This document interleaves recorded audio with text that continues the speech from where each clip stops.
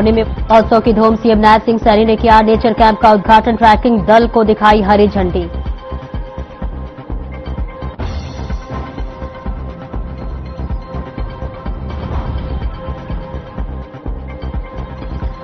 हरियाणा के कैबिनेट मंत्री अनिल विज ने राहुल गांधी पर साधा निशाना। कहा, राहुल गांधी नहीं कर सकते खुद की रक्षा, वे देश की रक्षा कैसे करेंगे।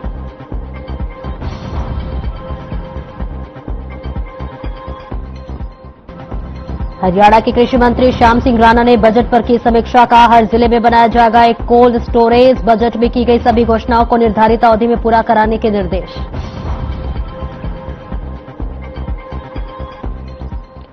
धूमधाम से मनाया गया शिवरात्रि। मंदिरों में लगा शिव भक्तों का तांता। बड़ी संख्या में कांवड़ियों ने किया जलाभिषेक।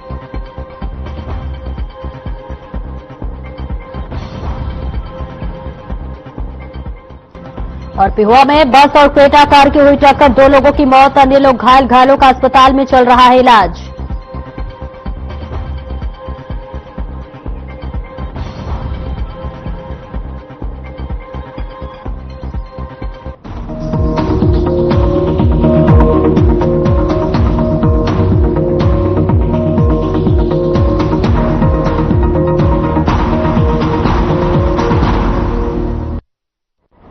नमस्कार, स्वागत है आपका। मैं हूं आपके साथ सपना दीपक मद्देशिया। बुलेटिन का आगाज करेंगे। पंचकुला जिले के मोरनी में राज्य स्तरीय वन महोत्सव आयोजित किया गया, जहां हरियाणा के मुख्यमंत्री नायब सिंह सैनी ने बतौर मुख्य अतिथि शिरकत की।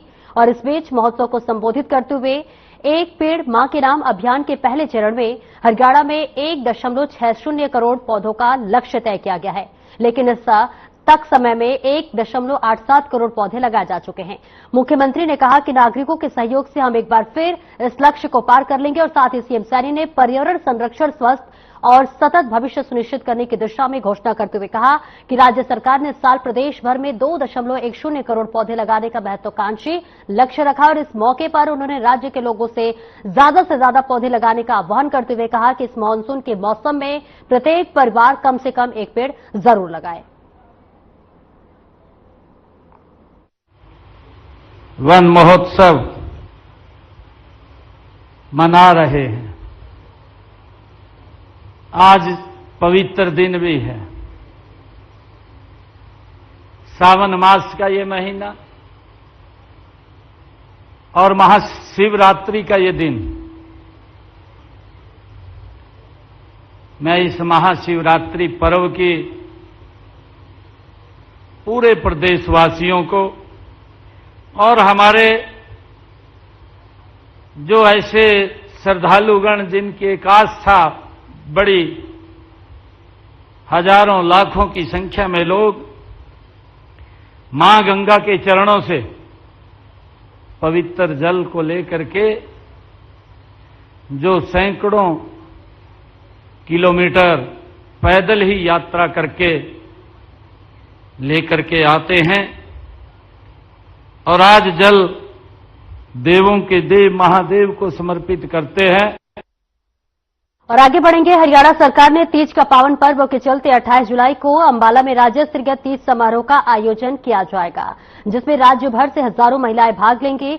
और इस समारोह में मुख्यमंत्री नायब सिंह सैनी महिलाओं को कई सौगात देंगे, जिसके तहत मुख्यमंत्री नायब सिंह सैनी ने चंडीगढ़ में एक बैठक का आयोजन किया, जिसमें राज्य स्तरीय तीज समारोह की तैयारियों की समीक्षा की गई। उन्होंने कार्यक्रम के सफल आयोजन के लिए आवश्यक दिशा निर्देश दिए। इसके साथ ही मुख्यमंत्री इस राज्य स्तरीय कार्यक्रम के दौरान विकास और पंचायत विभाग, हरियाणा राज्य ग्रामीण आजीविका मिशन और शहरी स्थानीय निकाय विभाग की कई नई पहलों का शुभारंभ करेंगे।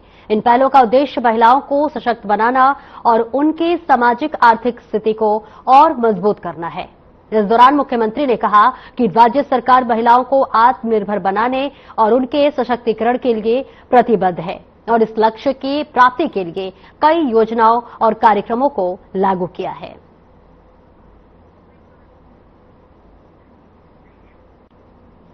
तो तस्वीरें चंडीगढ़ से दिखा रहे जहां 28 जुलाई को कार्यक्रम आयोजित होगा और ऐसे में सभी तैयारियां पूरी कर ली गई है। मुख्यमंत्री की भी उनके आगमन की तैयारियां हैं और उनकी समीक्षा बैठक भी ली गई है। महिलाओं को कई सौगातें मुख्यमंत्री दे सकते हैं, जो कि एक बड़ी पहल मानी जा रही है। तस्वीरें आपको दिखा रहे हैं जहां बड़े स्तर पर आयोजन होने वाला है और इसी के साथ साथ महिला सशक्तिकरण को जोर देकर इस कार्यक्रम को भी बताया जा रहा है। 28 जुलाई को कार्यक्रम आयोजित होगा, जिसके लिए पूरी तैयारियां पहले से ही की जा रही है। मुख्यमंत्री इसकी अध्यक्षता करेंगे और महिला सशक्तिकरण पर जोर दिया जाएगा। महिलाओं को कई तरह के सौगात दे सकते हैं मुख्यमंत्री, जिसके लिए महिलाएं भी जरूर बेसब्री से इंतजार करती हुई नजर आ रही है। 28 जुलाई को इस पूरे कार्यक्रम का आयोजन होने वाला है। इसके साथ ही साथ पूरी तैयारियां जो है सीएम सैनी ने तैयारियों की समीक्षा बैठक की है कि क्या कुछ तैयारियां हैं। सारी तैयारियों को चाक चौबंद करने के लिए मुख्यमंत्री ने जायजा लिया, जिसके लिए उन्होंने बैठक की और मुख्यमंत्री की बैठक में ये उनकी अध्यक्षता में महत्वपूर्ण बैठक की गई और तमाम अधिकारियों को भी निर्देश देते हुए नजर आए। बताया जा रहा है कि इस जो 28 जुलाई को कार्यक्रम आयोजित होने वाले हैं, उस कार्यक्रम के जरिए मुख्यमंत्री महिलाओं को कई तरह के सौगात दे सकते हैं। आगे बढ़ेंगे। मुख्यमंत्री नायब सिंह सैनी ने बुधवार को चंडीगढ़ स्थित मुख्यमंत्री आवास संत कबीर कुटीर में आयोजित कार्यक्रम में प्रदेश भर में आए सफाई कर्मचारियों को संबोधित किया। इस दौरान सीएम नायब सिंह सैनी ने कहा कि प्रदेश की हर गली, हर मोहल्ले में स्वच्छता की जो सुगंध फैली है, उसमें सफाई कर्मचारियों की मेहनत छिपी हुई है। सफाई कर्मचारी सिर्फ कर्मचारी नहीं है, बल्कि प्रदेश के शहरों और गांवों की रीढ़ है। संत कबीर जयंती के मौके पर सफाई कर्मचारियों के वेतन में 2100 रुपए बढ़ोतरी होने पर प्रदेश भर से सफाई कर्मचारी मुख्यमंत्री का धन्यवाद करने आए थे। इस मौके पर मुख्यमंत्री ने प्रदेशवासियों को शिवरात्रि की बहुत बहुत बधाई दी। साथ ही मुख्यमंत्री ने कहा कि मैं सफाई कर्मचारियों को सलाम करता हूं, जो हर गली, मोहल्ले और सड़क को स्वच्छ और सुंदर बनाने में दिन रात जुटे रहते हैं। जी के नेतृत्व में हर गांव को सड़क से जोड़ा गया। हर गांव की तस्वीर बदलने का और शहर की तस्वीर बदलने का काम अगर किसी सरकार ने किया तो ये नरेंद्र मोदी जी के नेतृत्व वाली सरकार है भाई।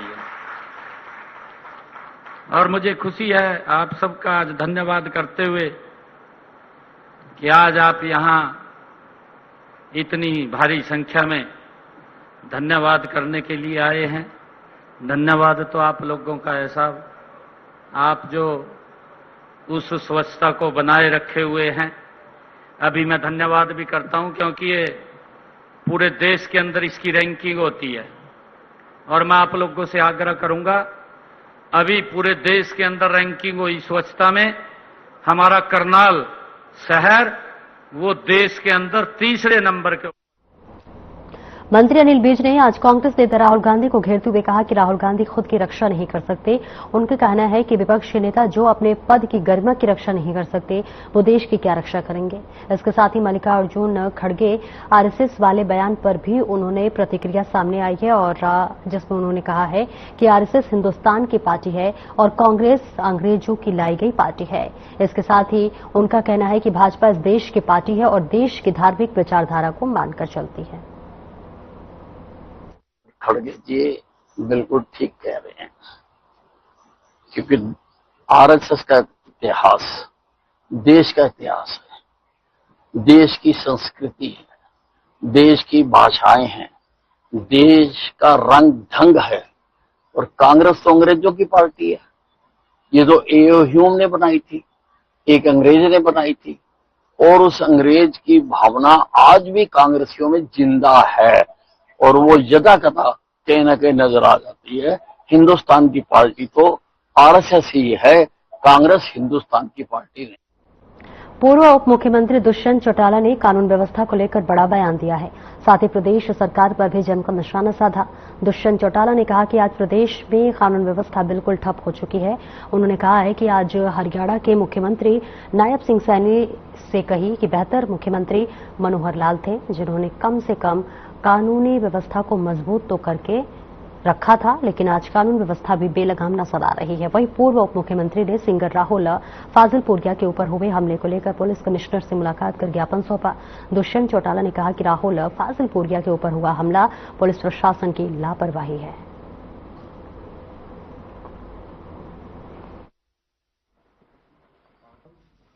निरंतर थ्रेट्स बारी बारी दी जा रही है।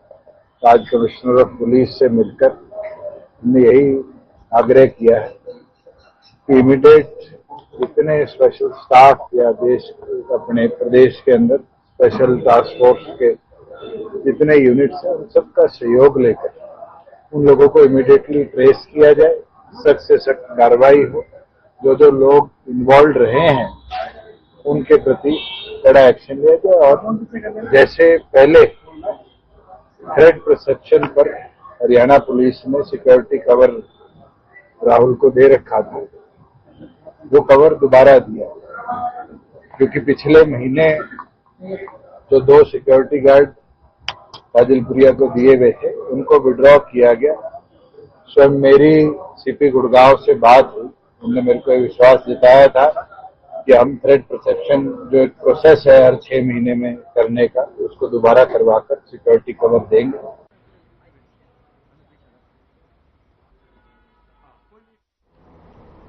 बाड़ता तहसील कार्यालय परिसर में फसल बीमा योजना के लंबित मुआवजे, ट्यूबवेल कनेक्शन और खाद की आपूर्ति जैसी मांगों को लेकर किसानों का धरना छठे दिन भी जारी रहा, जहां छठे दिन विधायक उमेद पातुवास धरने पर पहुंचे और किसानों के समक्ष सभी प्रमुख मांगों पर क्रमबद्ध कार्रवाई का आश्वासन दिया।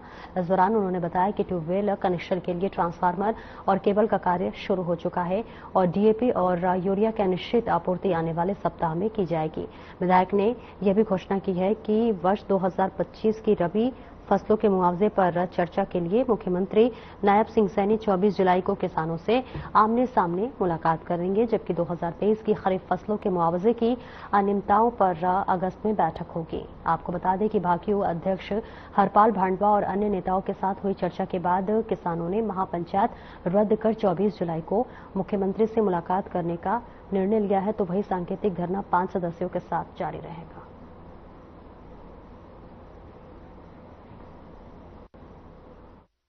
अब देखो वो आए हैं चल के, तो हमें मान लिया 24 को भी महापंचायत कर लेंगे या बड़ी गैदरिंग कर लेंगे, उससे भी कोई समाधान होने वाला नहीं है। तो अनिश्चितकालीन पड़ाव है, उसमें कुछ साथी हमारे मुख्यमंत्री से मिलाएंगे, टाइम तय कर लेंगे, तब तक धरने में बैठे रहेंगे हमारे साथी। धरना उठाने की हमने नहीं की है। हाँ, ये है कि भाई ज्यादा गैदरिंग हम किसी और दिन कर लेंगे, कोई जरूरी नहीं उसी दिन करें। फरीदाबाद में भ्रष्टाचार के खिलाफ बड़ी कार्रवाई करते हुए डीटीपी के ड्राइवर को 1 लाख रुपए की रिश्वत लेते हुए रंगे हाथों पकड़ा गया है। इस घटना के बाद प्रशासन ने सख्त रुख अपनाते हुए डीटीपी राहुल सिंगला का ट्रांसफर कर दिया है। आपको बता दें कि उन्हें फरीदाबाद से हटाकर मुख्यालय में अटैच कर दिया गया है। मामले की जांच जारी है और अब संबंधित अधिकारियों की भूमिका भी जांच के दायरे में है।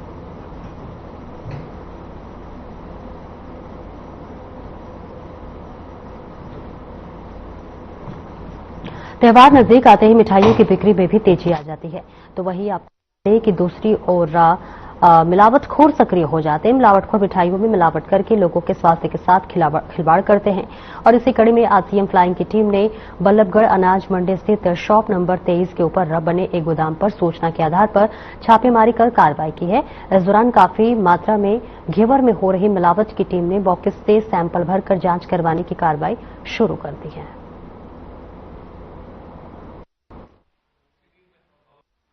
देखिए, इंफॉर्मेशन थी सीआईडी वालों के पास भी, हमारे पास भी, कि ये शॉप नंबर 23 के ऊपर कोई घेवर बनाने की काम चल रहा है। आज यहाँ रेड की गई है। 2 सैंपल हमने कलेक्ट किए हैं, घेवर का, एक मीठा मावा का, और ये सैंपल आगामी कार्रवाई के लिए करनाल लैब के अंदर भेज दी जाएगी। यहाँ पर बनाने के लिए अपने पास घेवर, बालूशाही, मक्खी, 3-4 चीजें बनाई। लेकिन जो बनाने की कंडीशन थी वो काफी अनहाइजीनिक थी, पुअर हाइजीन है। वो हमने इसको बाकायदा इनको समझाया भी है, उस पर मेंशन भी किया है कि हाइजीन कंडीशन फ्यूचर में इंप्रूव हो, नहीं तो ऐसे बनने नहीं चाहिए। सामग्री किस तरह की थी और क्या क्या अनियमितताएं पाई गई यहाँ पर? अनियमितताएं बेसिकली तो इनके पास वैलिड कोई लाइसेंस नहीं है एफएससीआई का फिलहाल कंडीशन में, और ना ही यहाँ पे कोई हाइजीन की रिक्वायरमेंट है। बाकी जो बनाया जा रहा है कंडीशन वो पुअर क्वालिटी का है। वो लैब बताएगी कितना पुअर है, क्या सबस्टैंडर्ड है, अनसेफ है, वो लैब की रिपोर्ट्स।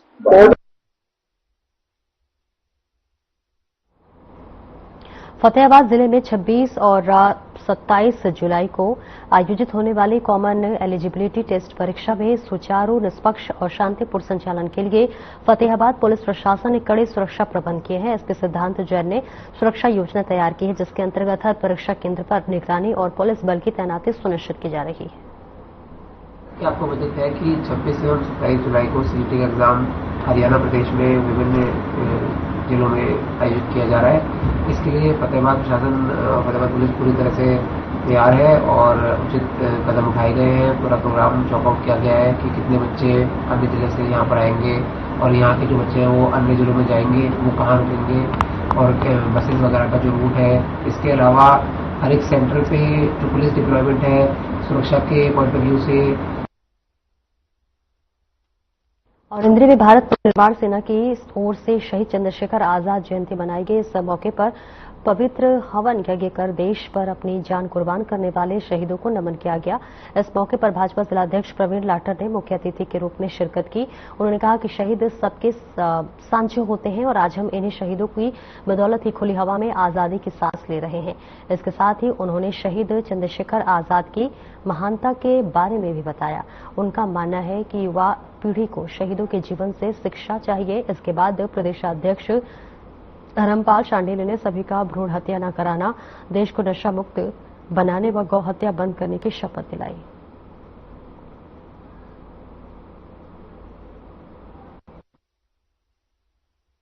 हुआ है। आज हम अपने शहीदों को सम्मान करते हुए, उन्हें याद करते हुए आज ये जयंती यहाँ पर मनाई जा रही है हमने ब्राह्मण समाज द्वारा, और मैं सभी का धन्यवाद भी करता हूँ। और इस प्रकार के कार्यक्रमों से हमें जो नौजवान पीढ़ी है हमें शिक्षा मिलती है कि किस प्रकार से हमारे जो बलिदानी हुए हैं अपने थोड़े ही वर्षों में उन्होंने इतना बड़ा नाम किया। 10 वर्ष का उनका संघर्ष का जीवन रहा, तो उस संघर्ष के जीवन में उन्होंने दिखाया कि हम देश के लिए थोड़े दिन में भी क्या क्या कर सकते हैं। और जो लोग उन्होंने जलाई थी द्वारा हर वर्ष की भांति इस वर्ष भी आज ब्राह्मण धर्मशाला इंद्री के अंदर चंद्रशेखर आजाद जी की जयंती जो उनको श्रद्धा सुमन अर्पित किए गए, ताकि हमारे युवाओं को प्रेरणा मिल सके कि वो भी इनके जीवन से बहुत कुछ प्रेरणा ले सके। क्योंकि आज का समय जो है बच्चे ज्यादातर युवा जो है नशे की तरफ बढ़ रहे हैं, और इन शहीदों से हमें प्रेरणा मिलती है कि हमें अपना जीवन सामाजिक कार्यों में, धार्मिक कार्यों में और देश की सेवा में लगाना चाहिए। तहसील प्रभारी योग समिति इंद्री आज एक महान क्रांतिकारी चंद्रशेखर आजाद की जन्म दिवस पर ब्राह्मण धर्मशाला इंद्री में हम इकट्ठे हुए। यहाँ पर क्रांतिकारियों के बारे में बहुत से महानुभावों के द्वारा उनके जीवन के बारे में सुनने को मिला, एक अच्छी प्रेरणा मिली, जिससे कि हमें यह होता है कि हम भी क्रांतिकारियों के रास्ते पर चलें और अपने देश को बचाने के लिए अपने देश के हर जो शरारती तत्व हैं उनसे सावधान रहते हुए और पब्लिक को हम जयंती के इस अवसर पर हम सभी हल्कावासी इकट्ठे हुए हैं शहीदों को नमन करने के लिए, उनको याद करने के लिए। और जहां आज जयंती की हमने शुभकामनाएं ली और दी हैं, वहीं पर आज शिवरात्रि भी है, उसकी भी मैं आपके माध्यम से सभी को शुभकामनाएं देता हूं। आज का एक पावन दिन है आज का हमारे लिए, और हम जहां शहीदों को नमन करते हैं वहीं एक संकल्प भी लेना चाहिए हमें कि देश की एकता और अखंडता के लिए जिन्होंने अपनी जान न्यौछावर की।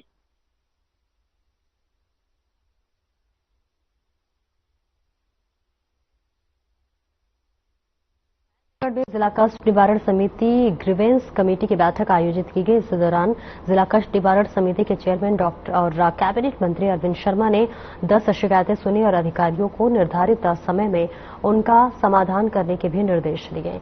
ये समस्याएं बिजली, पानी, सीवरेज, जल भराव जैसी मूलभूत सुविधाएं थी और इन समस्याओं को देखते हुए डॉक्टर अरविंद शर्मा ने उपायुक्त विवेक जोशी की 11 से 12 बजे संबंधित विभाग के अधिकारी रोजाना जन समस्या सुनने के आदेश दिए हैं।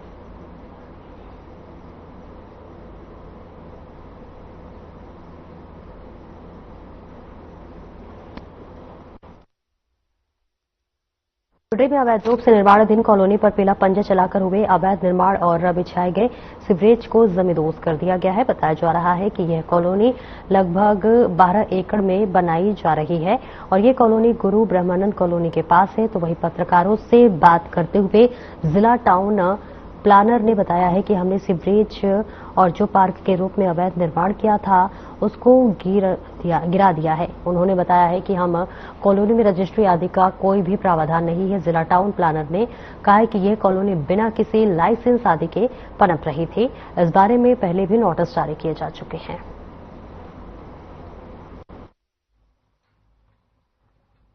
ये एक्चुअली अवैध कॉलोनी काटी गई थी सरकार की बिना परमिशन के, विभाग से बिना लाइसेंस के जो है, तो उस पर कार्रवाई की। तो क्या था कॉलोनी का नाम? इस कॉलोनी किसी नाम से नहीं है एक्चुअली, ये तो अपने कॉलोनाइजर जो काटते हैं अपना जो जमींदार है जिनकी जमीन है वो साथ में मिलकर जो है काम करते हैं, उसके विरोध जो है हमने जो सड़कें सीवर है और बाउंड्री वॉल है उसको उखाड़ा है। तो ये वैसी कार्रवाई है या कोई शिकायत पर कार्रवाई? नहीं, ये निरंतर डिपार्टमेंट की कार्रवाई चलती रहती है। तो कितना एरिया है सर? ये लगभग 12.5-13 एकड़ का एरिया है लगभग। कॉलोनाइजर कौन था सर इसे जो कॉलोनी काटता है? कॉलोनाइजर तो नहीं, जमींदार हैं, 4-5 लोग हैं। और सिरसा के चौपटा क्षेत्र में जहां पंचायत समिति कार्यालय में नए बीडीपीओ के पद पर डॉक्टर स्टालिन सिद्धार्थ सचदेवा को नियुक्त किया गया है, तो वहीं नए बीडीपीओ ने विगत दिवस पदभार ग्रहण करने के बाद ब्लॉक परिसर का निरीक्षण किया। इस दौरान उन्होंने विभिन्न विभागों के अधिकारियों और कर्मचारियों से काम की प्रगति के बारे में जानकारी ली। उन्होंने कार्यालय के साफ सफाई और व्यवस्था का भी निरीक्षण किया तथा पंचायत समिति क्षेत्र में चल रहे कार्यों का भी निरीक्षण किया। इस दौरान कार्यालय में उबड़ खाबड़ पड़े सरिये, ईंटों और कचरों को हटवाने का कार्य उन्होंने खुद युद्ध स्तर पर शुरू करवाया। मेरी पहली प्राथमिकता, मेरे को अभी ये 5th डे हुआ है मेरा, लास्ट वेडनेसडे मैंने ज्वाइन करा था। तो सिंस मैं मेडिकल बैकग्राउंड से हूँ, मैं डॉक्टर हूँ एज अ प्रोफेशन, मैंने बैचलर्स इन डेंटल सर्जरी में अपनी ग्रेजुएशन करी है। तो मेरी पहली प्राथमिकता यही रहेगी कि जैसे ही जो डेडलाइंस हमें आ रखी है कुछ स्कीम्स के सर्वे कराने, इसके बाद सबसे इम्पोर्टेंट या मेन प्रायोरिटी ये होगी। जुलाना से गुजरने वाले नेशनल हाईवे 352 जिंद रोहतक पर अज्ञात वाहन की टक्कर से एक युवक की मौत हो गई। पुलिस से मिली जानकारी के मुताबिक युवक और उसके 2 साथी कावड़ियों के शिविर में गाने बजाने के लिए गए हुए थे। जब वे जुलाना से रोहतक की तरफ जा रहे थे तो किला जफरगढ़ गांव में पास उनकी बाइक को पेट्रोल खत्म हो गया, जिसके चलते युवक अपने दोनों साथियों को एक होटल पर छोड़कर पेट्रोल लाने के लिए रात के समय जुलाना की तरफ पेट्रोल पंप पर जा रहा था। जब होटल से लगभग 200 मीटर की दूरी पर चला तो उसे किसी अज्ञात वाहन ने टक्कर मार दी, जिससे युवक की मौके पर ही मौत हो गई।